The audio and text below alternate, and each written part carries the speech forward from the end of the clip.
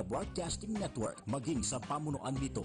Bagkus, ang mga komentaryo at pagpuna ng mga host at panauhin ng programang ito ay galing sa kanilang sariling pananaw, opinyon, paniniwala at kaugalian at hindi idinikta ng 8TriMedia Broadcasting Network. Maraming salamat sa inyong patuloy na pagtangkilik. Oras na sa pagkonsulta sa usaping legal. Narito si Attorney Jomar Castillo, ang inyong tagapag, Payong Legal. Magandang gabi, mga tagapakinig at tagapanood ng ating Payong Legal. Ito po ang public service show of 8Tri TV, where we give free legal advice to our viewers. If you have questions, you can send your questions over our text line. The numbers are flashed on our screen. And if you want to talk to us live dito sa ating show, you can call us at 412-0288 or at 997-7589. Well, siguro ang balitan ngayong araw na to ay ang pagpanaw ng nire-respeto at iniidolong dating senador Miriam Defensor Santiago. Let's talk about the life and the career of Senator Miriam tonight, because ituturing kong si Senator Miriam as one of the icons or idols of my generation, especially in terms of law and politics. No? I believe she came into the national scene right after EDSA Revolution. Alam naman po natin lahat na nahirang siya o na-appoint siya ni dating President Cory Aquino bilang Bureau of Immigration Commissioner. No? She was one of the tough government officials at the time. Na maraming napa-deport ng mga illegal aliens, naging maigpit bilang Immigration Commissioner at the time. At she was one of the rising stars ng politika noon at the time. And during my generation, ito yung panahon na kung saan kami nagsisimulang makibaka at makilahok sa politika. 1992 was the first time I voted for a president. No? At doon nga yung una yung takbo. At kung naaalala nyo, 1992 was a very tight contest among, I think, a field of 8. No? It was a thin win by former President Ramos, and the second was si Miriam. No? Surprise siya dahil mga kalaban niya noon was long-time politicians such as Imelda Marcos ran, Dandingo Wangco ran, si Jovito Salonga, Senator Jovito Salonga ran, and of course Ramos, and then Mitra. Si Miriam ho yung walang partido noon, so just a bit of history. But she ran a phenomenal campaign. It was the youth vote that was seen as that carried her to almost a victory, and for some, she was stolen the victory. No, meron Santiago versus Comelec that was filed by Senator Santiago, an electoral protest na reached all the way to the Supreme Court. So isang mabigat na laban yun. Yun yung isa sa mga unang laban ni Senator Miriam sa politika. And then eventually she gave up on that protest and moved on to file her candidacy as senator in 1995, where she won a clear mandate as senator. So doon na nagsimula ang kanyang mahabang career bilang senador. I think she served for a total of 18 years. 24 years. So 95 to 2000 and 2007. Tapos nagpahinga 2010. At ito na nga, natapos ang kanyang termino 2016. So that was the career, the political career of Miriam. And of course, we knew that she ran a couple of times for the presidency. Actually, 3 times. 92. She also ran 98 and then in 2016. So, yan ang kanyang mahabang karir sa politika. Well, at this point, I'd like to talk briefly about so that's the political career, no, in brief, of Senator Santiago. But more yung kanyang contributions to the law. As a long time serving senator, let's give a rundown on some of the key laws that she authored or co-authored.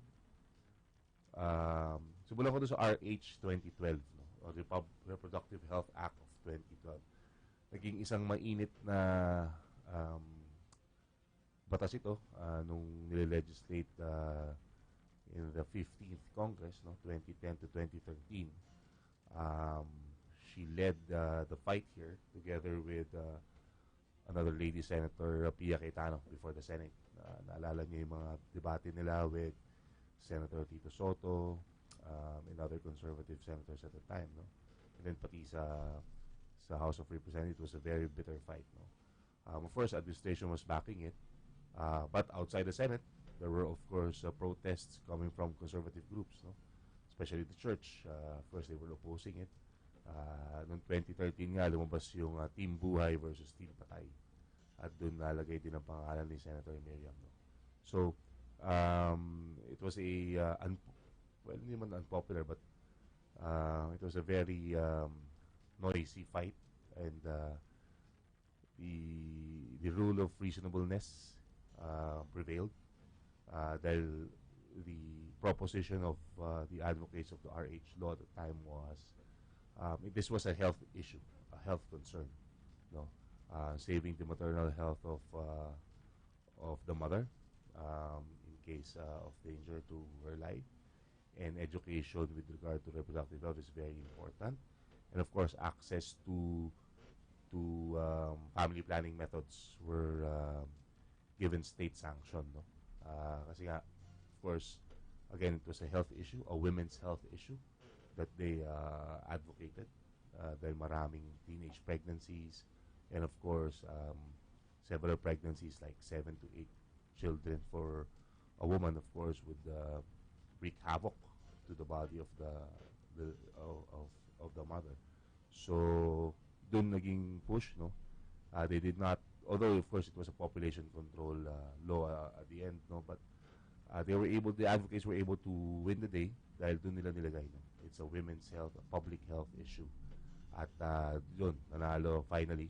The reproductive health law has been debated since the early 90s by the Congress. Naalala ko pa noon, when I was in law school, isa ito sa mga mock debates, no, na pinagdebatehan namin sa classroom noon, whether or not it is constitutional to have a reproductive health law, no? So it was a law that was personally close to my heart.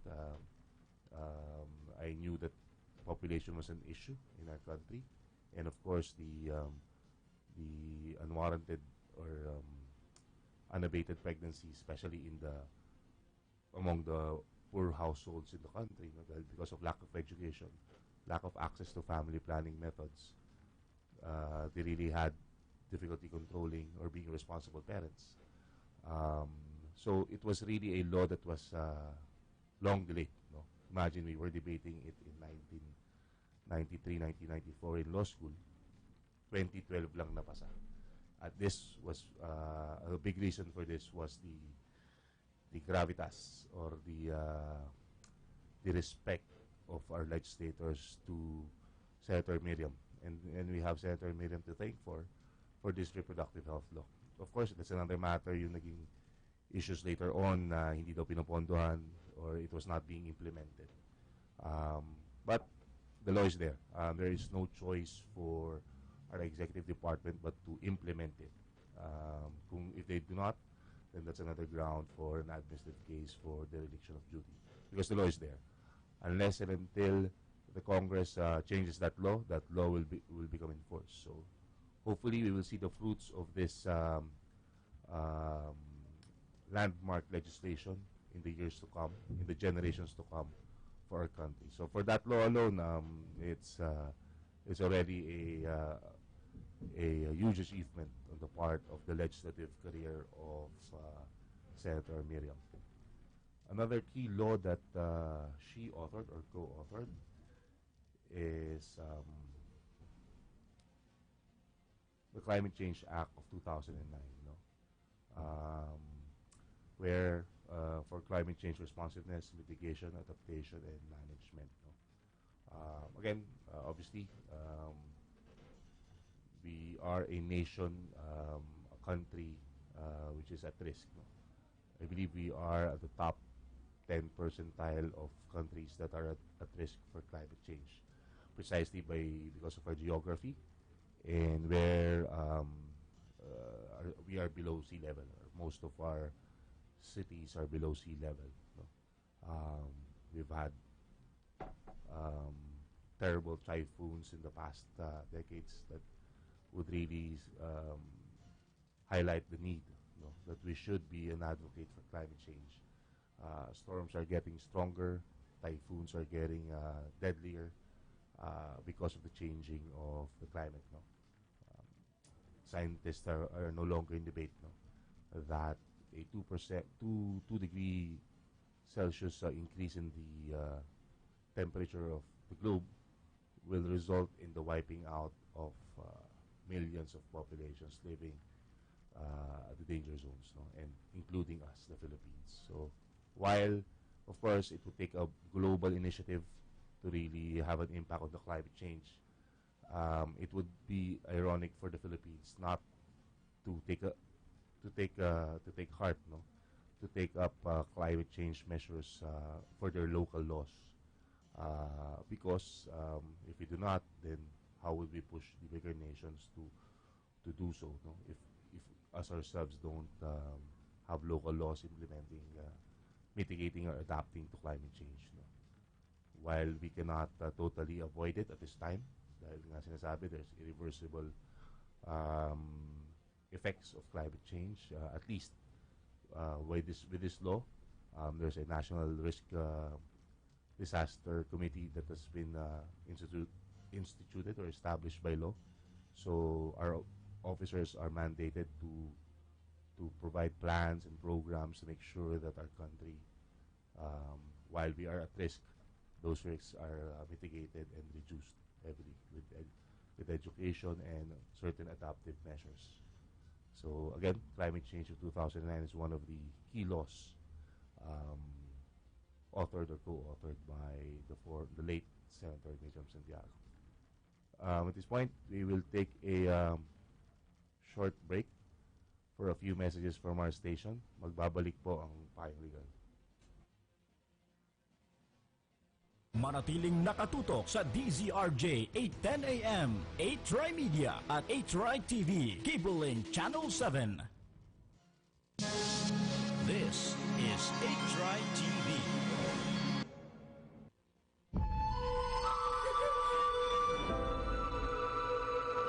My name is Kubo. I look after my mother mostly. What was father like? He was just like you, strong and so handsome. Ugh, mother. I use magic to tell stories. If you must blink, do it now. About epic battles, warriors, and monsters. But I had no idea my stories were actually true. We've been looking for you for so long. Mother! Kubo, you must find your father's armor. It's your only chance. Kubo! Who are you? Your family is very powerful. Your mother used her magic to save you and bring me to life. I'm here to protect you, Kubo. And that means you have to do as I say. Don't mess with the monkey. Have you seen this crest before? Of course. This is a miracle. I have found the son of my master. Your quest is now my quest too. We don't know anything about you. Firing an arrow is hardly what I'd call impressive. Literally the first time I've ever done it. Your magic is growing stronger. You need to learn control. Don't touch anything. He did it. I got this. I don't got this. Claim your birthright, Kubo. give this story a happy ending.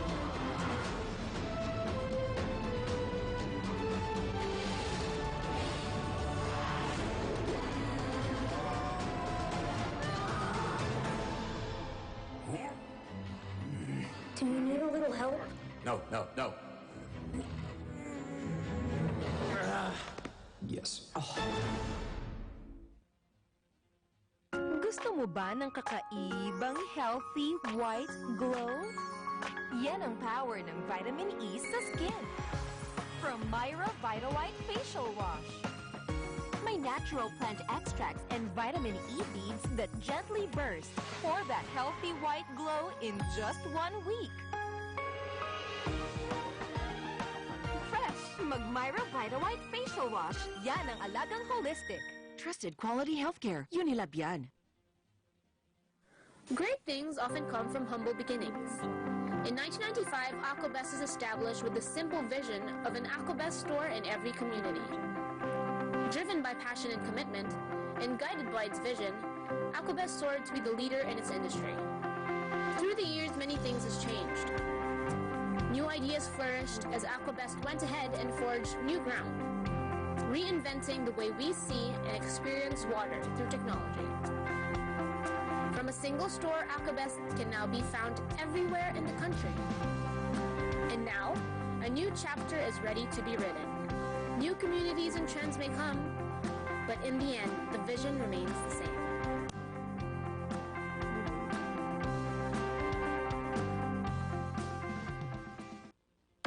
Mantikang makapit, mag-dishwashing na sulit! Dasuli! I found the one! Kalsebo, pati lansa. I love it, sulit pa yan. Pag gas paste o doble pack. Ang dali ng hugasan. That's the way, Dasuli. I found the one. That's the way, Dasuli. I found the one. Todo linis, presyong sulit, das! This program is brought to you by 8TriMedia Pro Incorporated. Oras na sa pagkonsulta sa usaping legal. Narito si Attorney Jomar Castillo, ang inyong tagapag, Payong Legal. Magandang gabi ulit.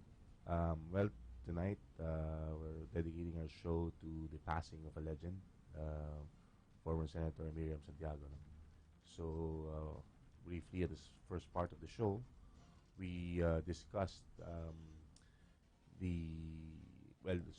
her political life, yung kanyang medyo pagbalik-tanaw sa kanyang mga pwestong hinawakan for government, and then of course the key laws that she passed as a long-time serving senator of the Republic.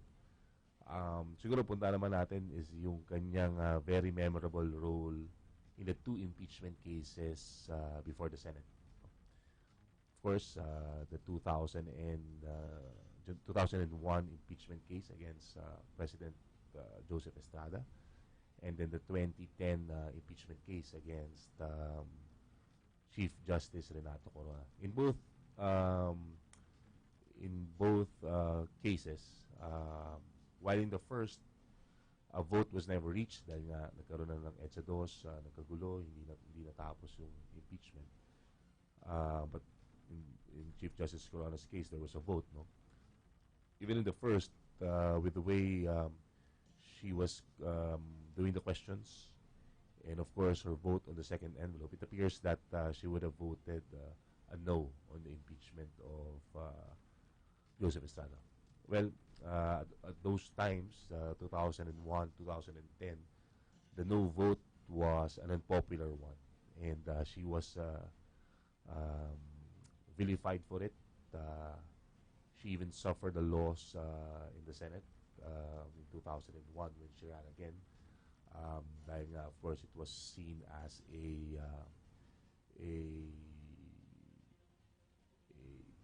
vote for corruption, essentially. So she was vilified for it. But for us lawyers and law students, when we look at the way she was questioning the witnesses and making her arguments, While, of course, she uses very colorful language. When you look at the root cause for her arguments and her questions, it was really based on law, and we cannot fault her for that because that's her background. No? She was a senator judge acting as a judge mostly than senator. Alam naman natin that a impeachment trial, like, strictly speaking, it's not a you are mandated or you are directed by the Constitution to act as a senator judge. Meaning, hindi lang laws ang titignan mo, but of course, the political repercussions to the country or the overall picture. I mean, you should look behind the law, no, and the procedures behind it, and go above and beyond what is written in the law and the procedures. And that is what perhaps hit her.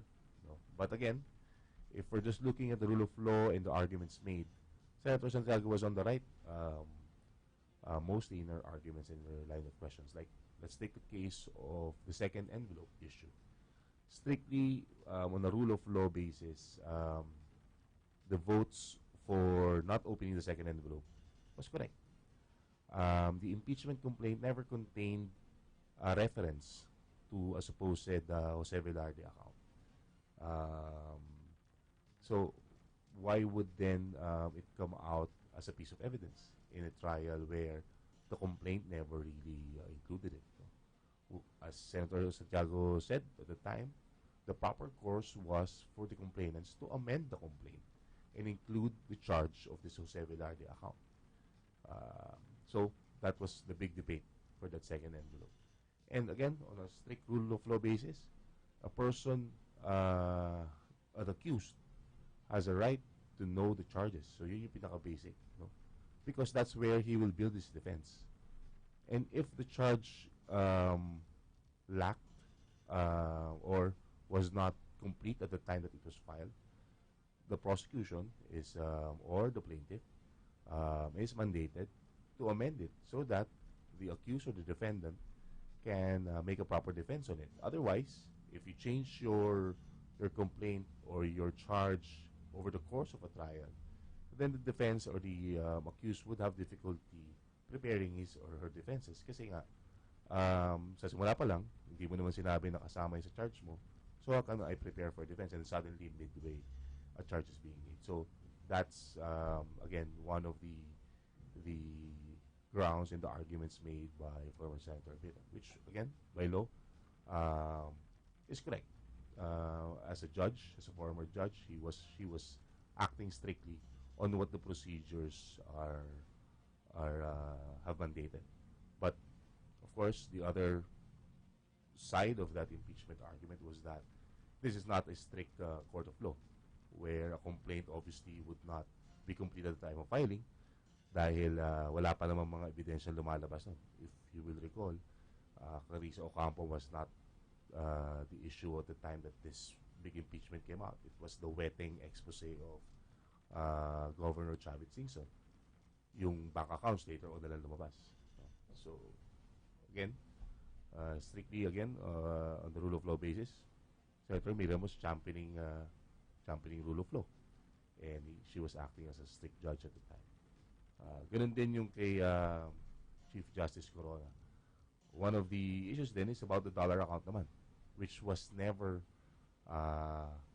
the point in the complaint. No? It was a SAL-N issue for the failure of the Chief Justice to disclose all of his properties at the time, no, when he was a justice of the Supreme Court.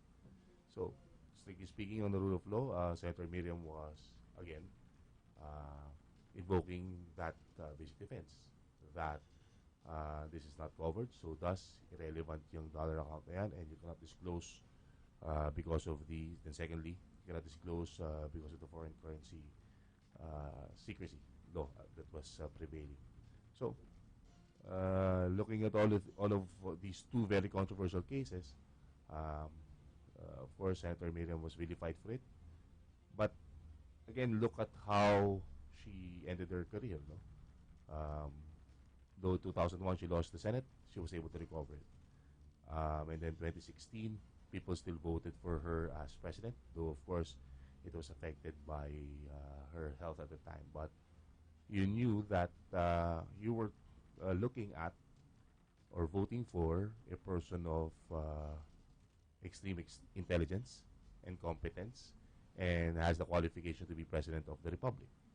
And biases aside, looking beyond how she acted in 2001 impeachment and the 2010 impeachment, the public gave her a good pass for it because they knew that she was doing her job well. And while you did not agree, or some of the Filipinos did not agree, most respected her decisions because it was not a clearly biased position that she took, but merely based on what she thinks was based on the law and the procedures for those two cases. So again, for us lawyers and us law students, nakikita natin that Senator Miriam was always and consistently for the rule of law. Ang siguro nga, if she ran for a second term, tandaan po natin, she could have ran for a second term in 2016, but she chose to run for president kasi she was still eligible for it actually. But she chose a different path. And, she graduated pala dahil 2004 yung first term niya, then re-elected in 2010. Yeah, correct, right. So, hypothetically, if she was still in the Senate, or she was still active in public life, what would she have taken?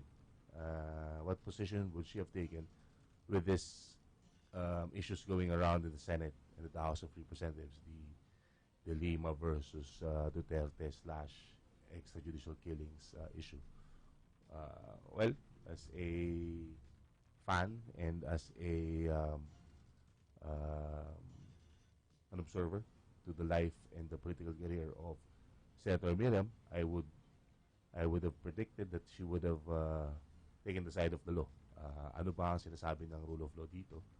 Like for example, this playing of the supposed sex video of Senator De Lima, is this relevant to the issue of National Bilibid penitentiary being used as drugs? Sabi is to establish closeness. But of course, you have to take into consideration the laws prevailing, no? Na mayroong Anti-Voyeurism Act, no?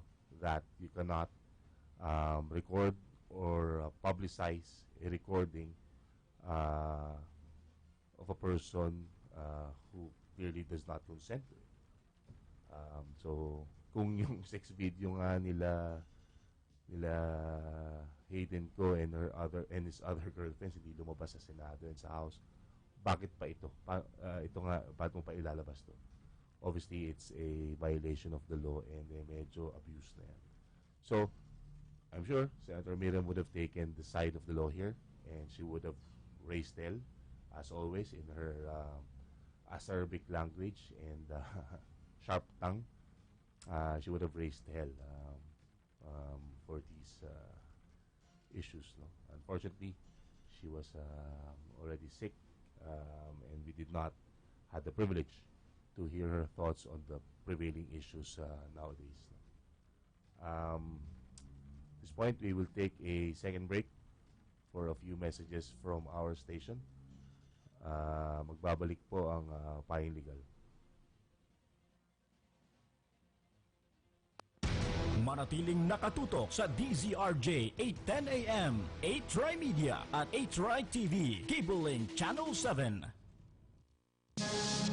This is 8TriTV. Good morning, Philippines!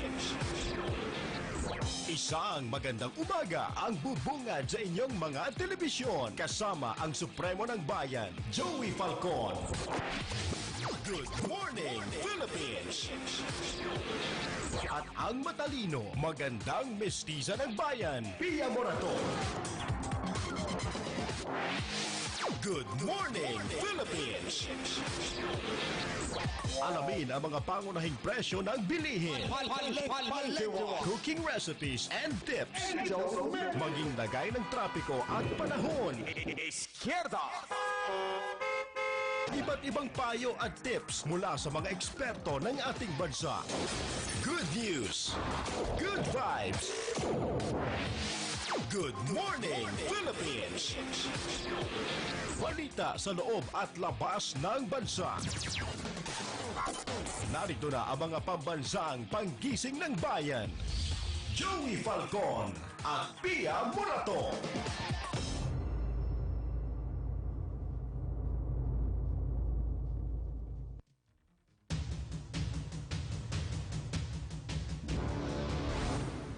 Encounter o isa nga pang massacre. Umaatras na yung ating kapulisan, hinabol ng mga armado. Pagsaludo sa 44 na pulis. We assure them that we will provide them all the support na kailangan nila at we also now consider them as members of SAF family. Isa na mga Fallen 44 sa napakaraming mga issues na walang closure. Isa na rin tayo sa patuloy na naghahangad ng hustisya para sa ating mga sundalong nagbuwis ng kanilang buhay. DZRJ Radyo Bandido, alas 10 ng umaga Lunes hanggang Biyernes, ang iyong kasangga, Ray Langit. Mga napapanahon at nagbabagang impormasyon. Balitang tanghali. Ihahatid ni Ray Langit 30 minuto na mga rumaragasang balita alas 12 hanggang alas 12:30. Samahan si Ray Langit tuwing Lunes hanggang Biyernes dito sa Radyo Bandido, DZRJ 8:10 AM at 8TriTV, Cable Link Channel 7, 8TriMedia Broadcasting Network. Ang himpilan ng bawat Pilipino.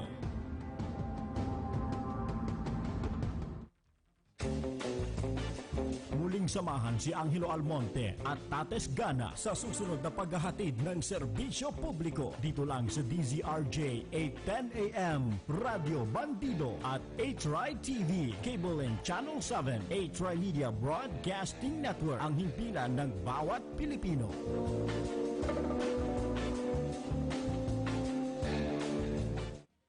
This program is brought to you by 8TriMedia Pro Incorporated. Oras na sa pagkonsulta sa usaping legal. Narito si Attorney Jomar Castillo, ang inyong tagapag, Payong Legal. Well, magandang gabi ulit. Ito ang Payong Legal. Tonight, we have chosen to give a tribute to the legend, Senator Miriam Santiago. No? So we started the show with a history of her political career, mga key laws that she passed and co-authored, and then of course yung kanya mga controversial positions taken during the impeachment proceedings and other controversial areas of politics during her time, and then what we deemed as her constant and consistent position for the rule of law. No? And of course, hypothetically, if she was still active in political life after 2016, we would have heard, of course, her piece in these burning issues of the day of extrajudicial killing and drugs. No? I'd like to have a portion, of course, on some the lighter side of life of Senator Miriam towards her latter part of her career, no, itong from 2010, 2011. She was quite fond of giving this. She was doing the campus tours. I think she really had the intent to run, in 2016. Unfortunately, she got hit with cancer the past 3 years, no? So that must have stunted her desire. But of course, she was in remission from time to time, so she would still do these campus tours, no? But she started these campus tours siguro 2012 pa, 2013, no? And she had this rockstar siya pagka pupunta dun sa mga campuses na yun because she knew the language of the youth. No? Ever since, that was a very consistent um, um, stature or reputation that she had. No? That she had the youth, that she had the youth vote ever since her first run for the presidency in 1992. No? Because medyo alam niya yung lingwahe and she always stood up as the profesora, which our college students, of course, and young would be able to empathize or to see as a reputation to respect, no. So yun yung kanyang stand, no? But nga latter part naging ano siya parang funny tita. Yun naman ang kanyang naging reputasyon by giving these memorable hugot lines, no, or quotes, no, yung mga kanyang mga pickup lines. And this was she wrote 2 books on it. Let's quote a few things. So on love, ang mga joke ni Miriam is that ang crush ay parang math problem. Kung hindi mo makuha, titigan mo na lang. Punta ka ba sa gym? Kasi feeling ko mag-workout tayo. Meron pa siyang joke and referencing on Facebook. Ang pag-ibig natin ay parang Facebook. Pwedeng i-like, pwede ring mag-comment, pero hindi dapat i-share.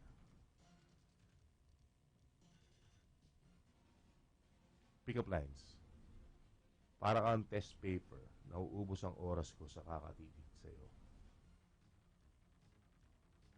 Masasabi mo bang bobo ako kung ikaw lang naman ang laman ng utak ko?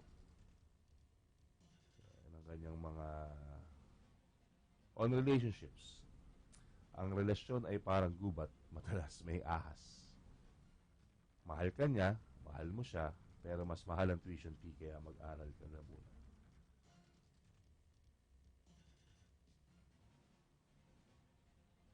On breakups, ngayong break na tayo, daig ko pa ang traffic sa EDSA. I cannot move on.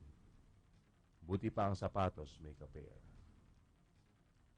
Nag-break lang kayo, hindi ka na agad kakain. Bakit? Nasa kanya ba ulam nyo? Cup noodles ka ba? Bakit?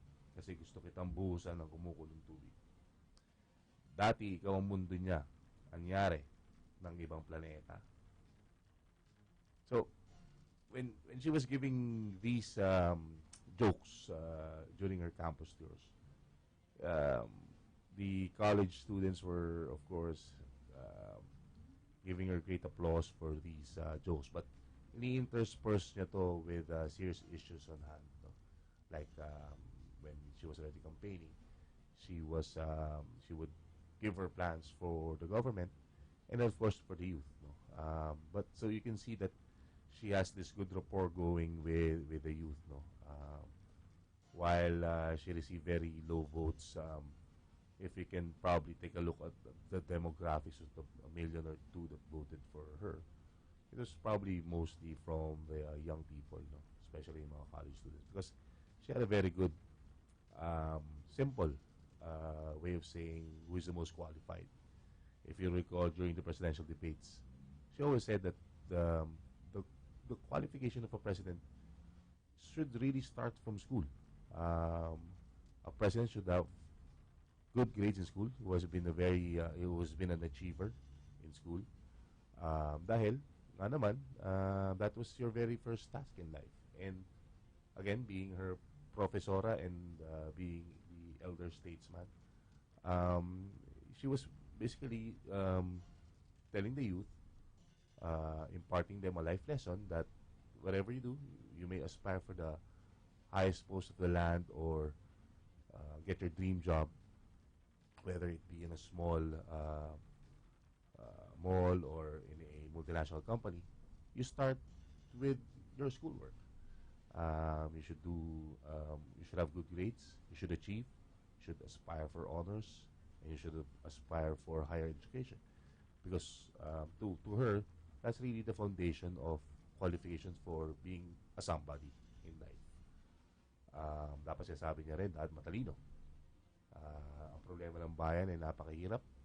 A simple mind cannot comprehend or cannot possibly give the best solution. there are probably, for example, itong problema ng traffic, there are 1,001 solutions out there that can probably solve traffic. But obviously, you cannot do all. No? You have to choose 100 out of the 1,000 or 10,000 choices out there. At mahirap yun. If you have a simple mind, you won't be able to get to the best solution. No?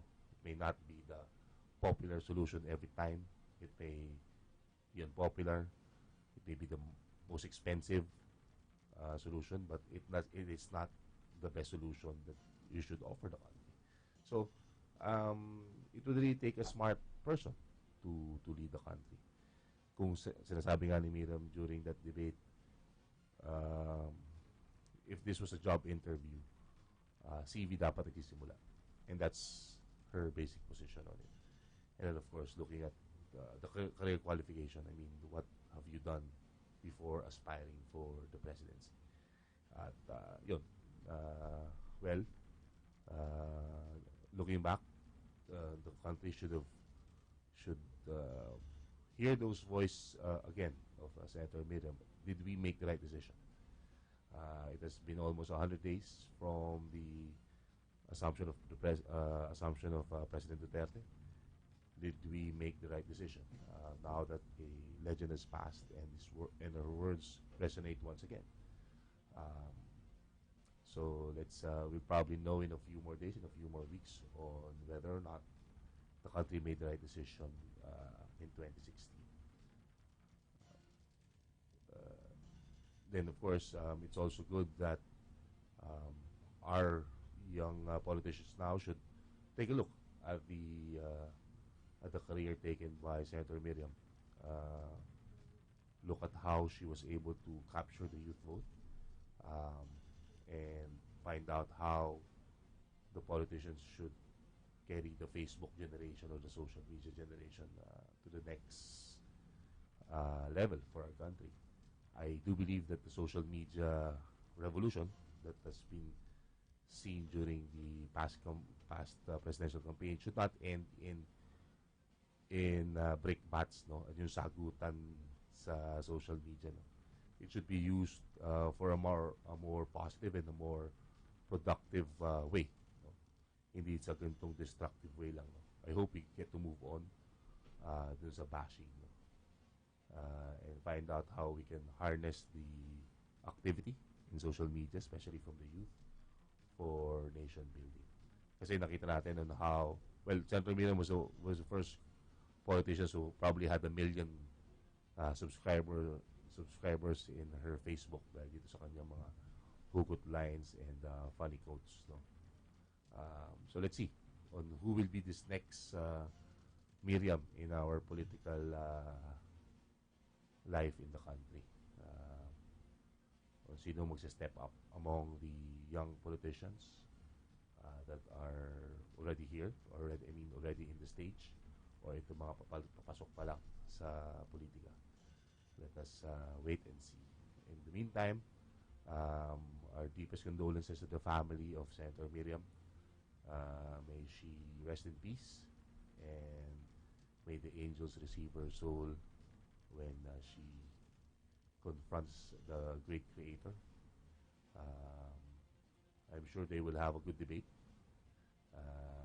on whether or not she lived a good life, and it will be fun to see. I'm sure San Pedro will have difficult time debating with her. At this point, I'd like to take a short break again, a final break.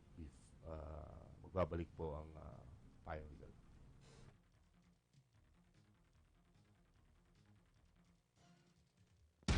Manatiling nakatutok sa DZRJ 810 AM, 8TriMedia at 8TriTV, Cable Link Channel 7. This is 8TriTV.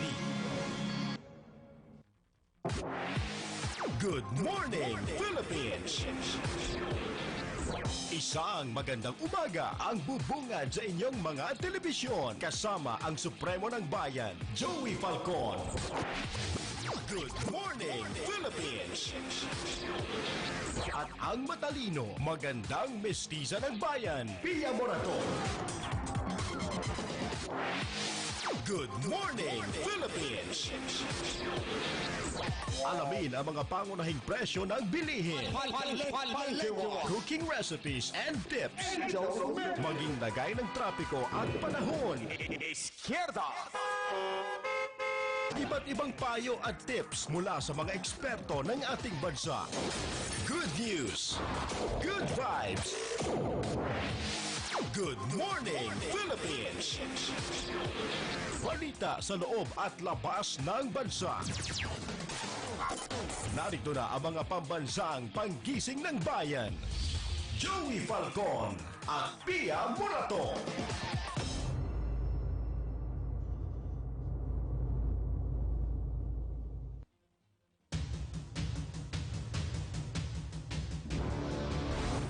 Miss Encounter o isa nga pang massacre. Umaatras na yung ating kapulisan, hinabol ng mga armado. Pagsaludo sa 44 na pulis. We assured them that we will provide them all the support na kailangan nila at we also now consider them as members of SAF family. Isa na mga Fallen 44 sa napakaraming mga issues na walang closure. Isa na rin tayo sa patuloy na naghahangad ng hustisya para sa ating mga sundalong nagbuwis ng kanilang buhay.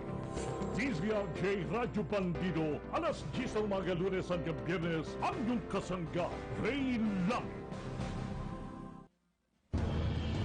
Mga napapanahon at nagbabagang impormasyon. Balitang tanghali. Ihahatid ni Ray Langit 30 minuto na mga rumaragasang balita alas 12 hanggang alas 12:30. Samahan si Ray Langit tuwing Lunes hanggang Biyernes dito sa Radyo Bandido, DZRJ 8:10 AM at 8TriTV, Cable Link Channel 7, 8TriMedia Broadcasting Network. Ang himpilan ng bawat Pilipino.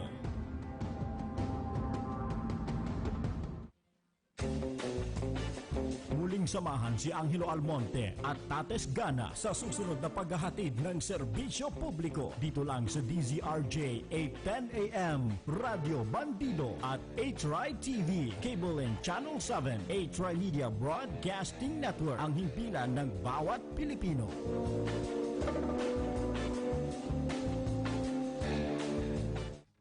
This program is brought to you by 8TriMedia Pro Incorporated. Oras na sa pagkonsulta sa usaping legal. Narito si Attorney Jomar Castillo, ang inyong tagapag, Payong Legal. Magandang gabi. Well, we received a text query from our viewers. I'd like to inquire a legal opinion on situations of employees having romantic relationships or office romances within the organization.